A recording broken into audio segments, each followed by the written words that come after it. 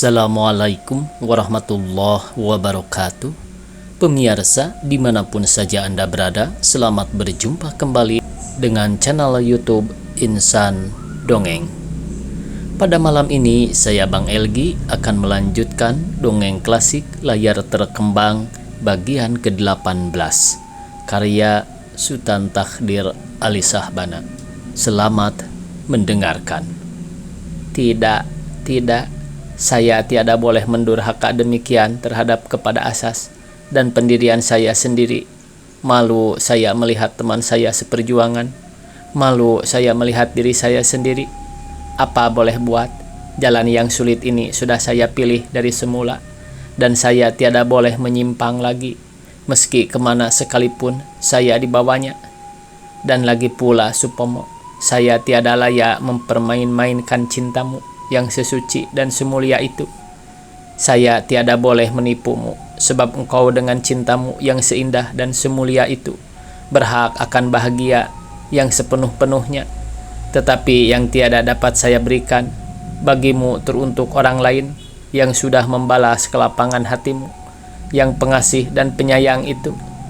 Sedih saya memikirkan saya mesti menolak cinta yang semulia dan sesuci cintamu. Tetapi saya tiada boleh menipu dirimu dan diri saya sendiri. Supomo, kepadamu saya ucapkan bahagia yang sebesar-besarnya. Lambat laun pasti engkau akan bersua dengan orang yang akan dapat membalas cintamu dengan cinta yang setara pula. Dan tentang diri saya sendiri, gelap dan sepi kini sekeliling saya. Apabila dan di manakah malam ini akan berhenti?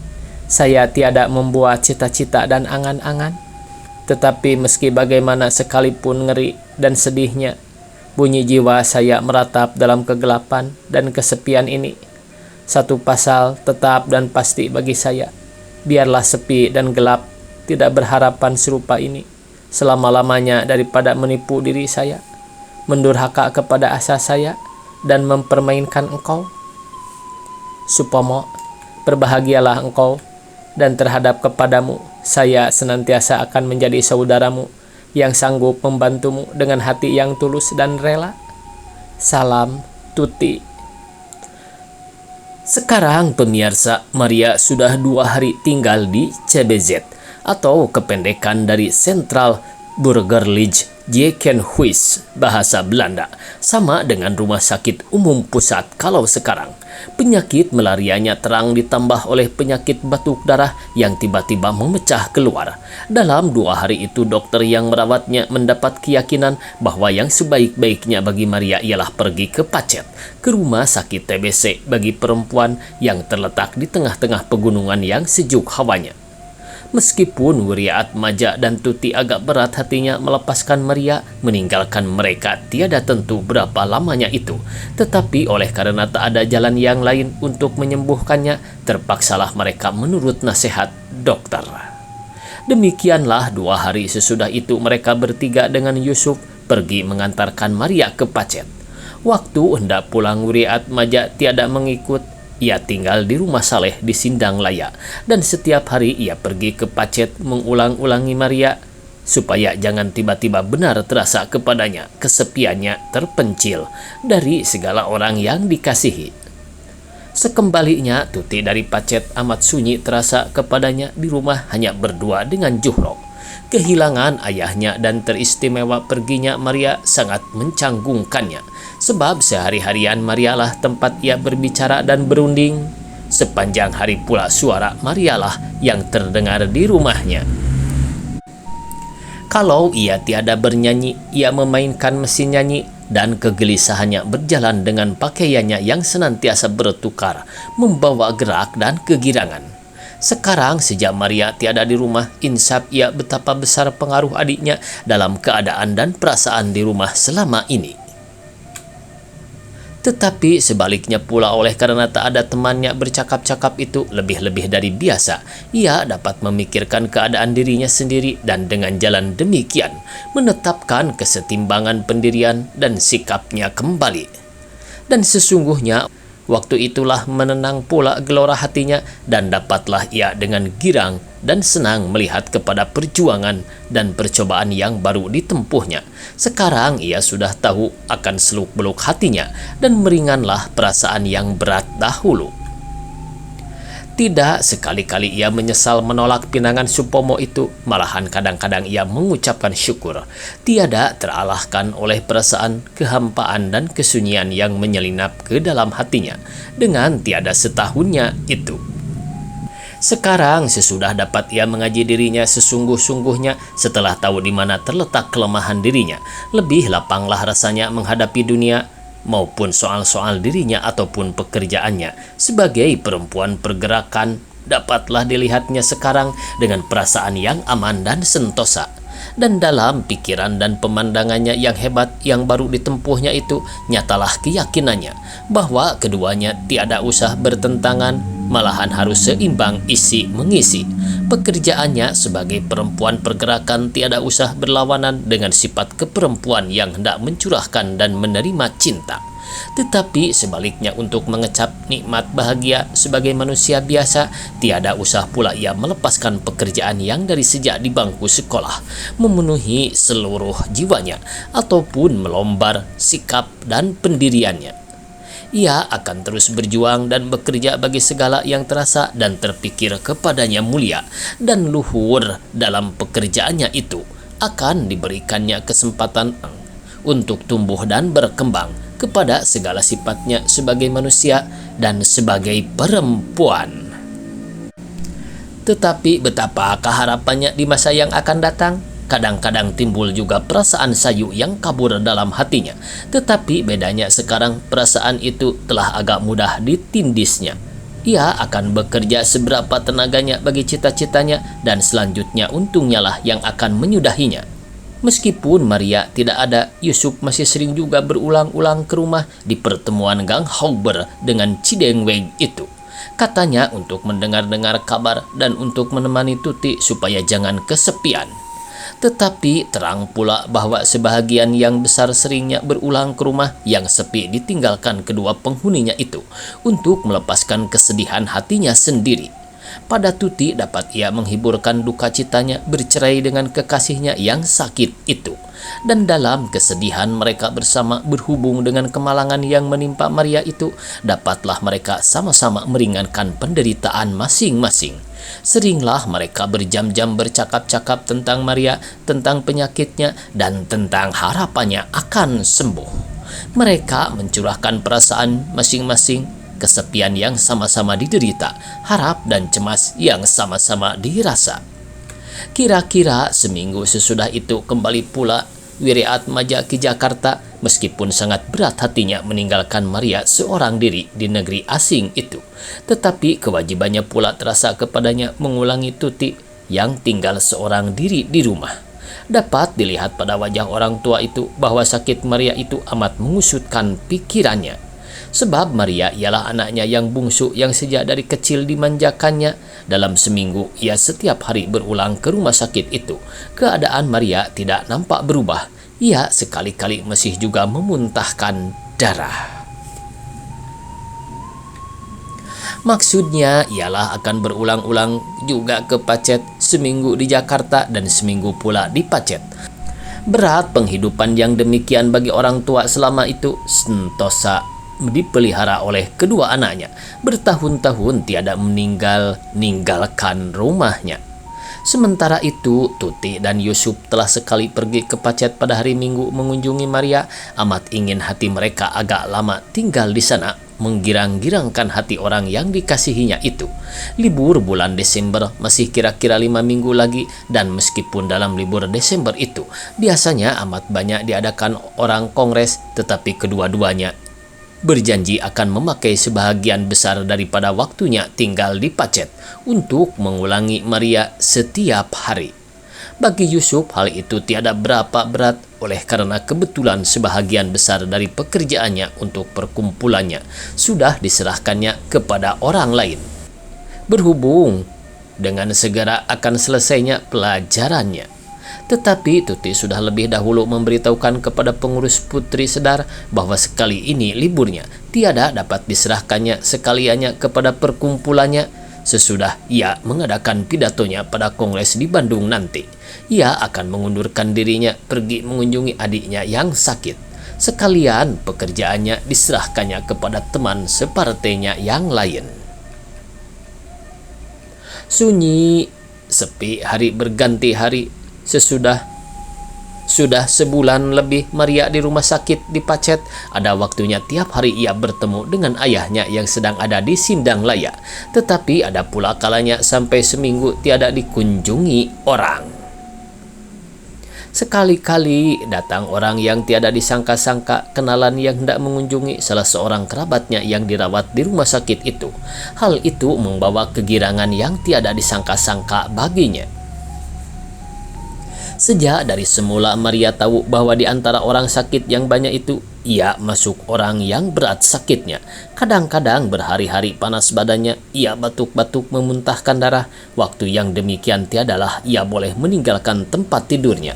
Dan apabila segala orang sedang keluar berjalan-jalan sekitar rumah sakit itu, melayanglah pikirannya kepada sekalian orang yang dikasihinya, kekasihnya, Ayali, dan saudaranya. Kadang-kadang teringat ia akan bundanya yang telah beberapa tahun berpulang. Dalam waktu yang demikian amat terasalah kepadanya kemalangan dirinya di rumah sakit yang sepi di lereng gunung itu.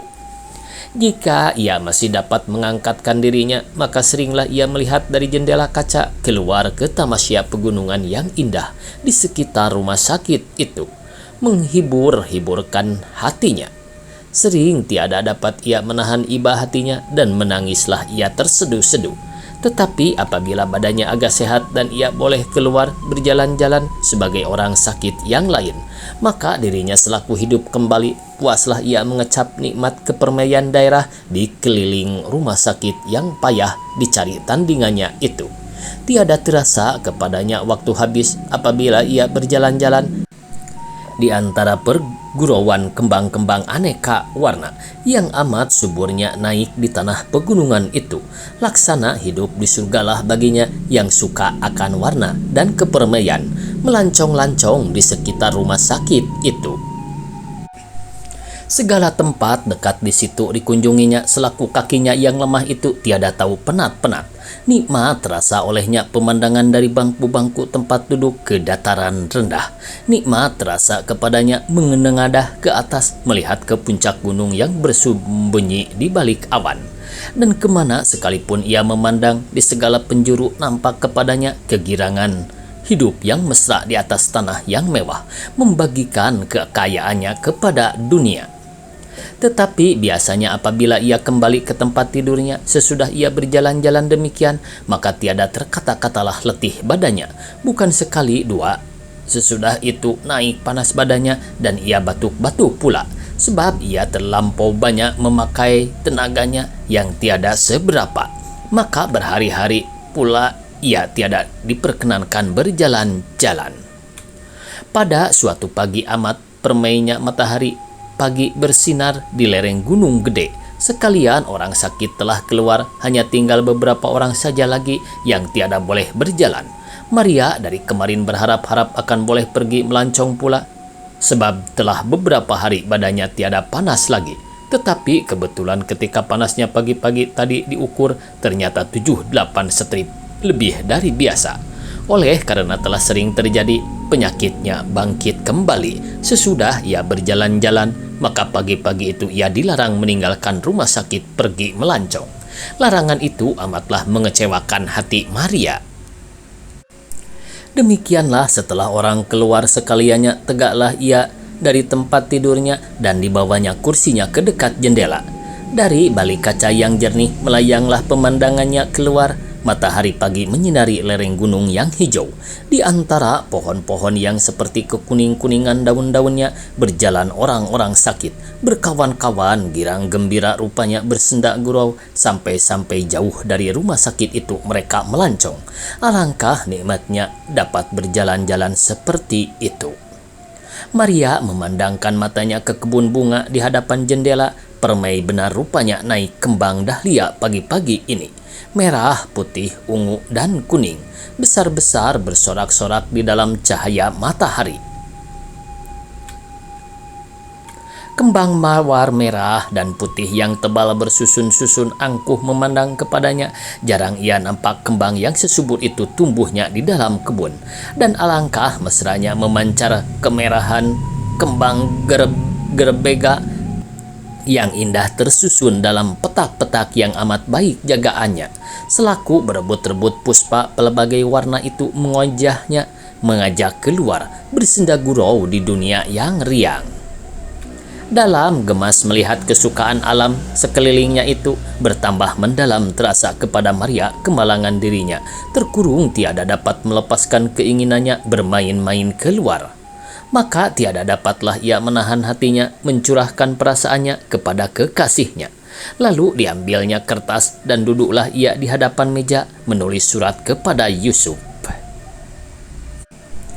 Yusufku, meskipun surat saya yang dahulu belum lagi engkau balas, tetapi hari ini saya tiada dapat menahan hati saya mencurahkan perasaan saya kepadamu. Orang sekarang sudah berjalan semuanya, hari amat indahnya, matahari terang bersinar di langit yang hampir tiada berawan, dan sejauh-jauh mata memandang ke puncak gunung dan ke bawah, bersinar kuning yang permai terserak, amat girang dan gembira rupanya. Alangkah sepinya dalam ruang tempat saya sekarang. Tempat tidur yang putih bersih itu berbaris-baris kosong sekaliannya. Cahaya matahari masuk dari jendela ke dalam, menyinari tempat tidur saya, menjadi putih menyilaukan mata, seolah-olah hendak menghalau saya pergi keluar bersama-sama dengan orang-orang lain yang berpencar sekitar rumah sakit ini, jauh-jauh sampai ke desa-desa. Dari luar jendela bunga dahlia yang jemawa, kembang mawar yang mulia, halus, dan gerbera yang merah angkuh tersenyum-senyum kepada saya, seolah-olah sekaliannya mentertawakan saya, orang kurungan yang tiada tahu menghargai keindahan alam. Aduhai kekasihku, semuanya keindahan kemana sekalipun kita memandangkan mata. Permainan awan di lereng dan di puncak gunung yang meninjau ke langit. Permai pemandangan ke sawah yang menghijau bertingkat-tingkat di bawah. Tiap-tiap hari lain selalu berubah, tetapi tiap-tiap kali indah. Apabila saya boleh berjalan-jalan, tiada puas-puasnya saya melihat kembang-kembang yang subur, yang jauh lebih permai dari yang biasa saya lihat di Jakarta. Di sini segala serba luar biasa. Seolah-olah ada kekuatan yang luar biasa tersembunyi di tanah tempat tumbuh-tumbuhan yang permai itu membenamkan akarnya. Juru rawat tahu bahwa saya gemar akan kembang, dan perempuan yang baik hati itu setiap hari membawakan saya kembang-kembang gerbera, dahlia, dan kadang-kadang mawar yang indah-indah dan harum baunya. Alangkah nikmatnya orang yang hidup di sini, dan maulah saya rasanya selama-lamanya tinggal di jannat dunia ini. Oh Yusuf, mengapakah dalam waktu yang akhir ini amat sering saya memikirkan mati? Mungkinkah saya ini sembuh lagi? Dalam beberapa hari yang kemudian ini, saya acap memimpikan mendiang bunda.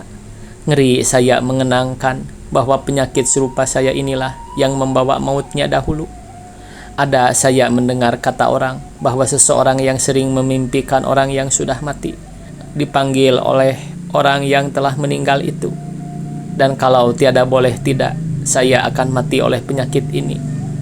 Yusuf, kekasihku, relalah saya menutup mata di tengah kepermaian alam ini. Kehendak saya dapat saya bercerai dengan dunia ini pada kesepian senja. Apabila puncak gunung gede sebagai bara di sinar senja, apabila mega di langit berlagukan warna, dihadapi oleh kembang-kembang pegunungan yang maha permai. Tetapi tidak Yusuf, mengapa maka pikiran saya sampai ke sana? Sekaliannya tahyul, saya tiada hendak percaya akan kata orang. Yusufku, tiada dapatkah engkau merasakan betapa berat perjuangan kadang-kadang di dalam hatiku Masih semuda ini lagi adikmu ini, dan penyakit yang serupa ini menimpanya. Masih jauh lagi jalan yang harus ditempuh, dan masih banyak harapan dan cita-cita melambai di hadapan. Wahai, alangkah permainya dan nikmatnya hidup di dunia ini. Bersambung. Billahi taufiq wal hidayah. Wassalamualaikum warahmatullahi wabarakatuh.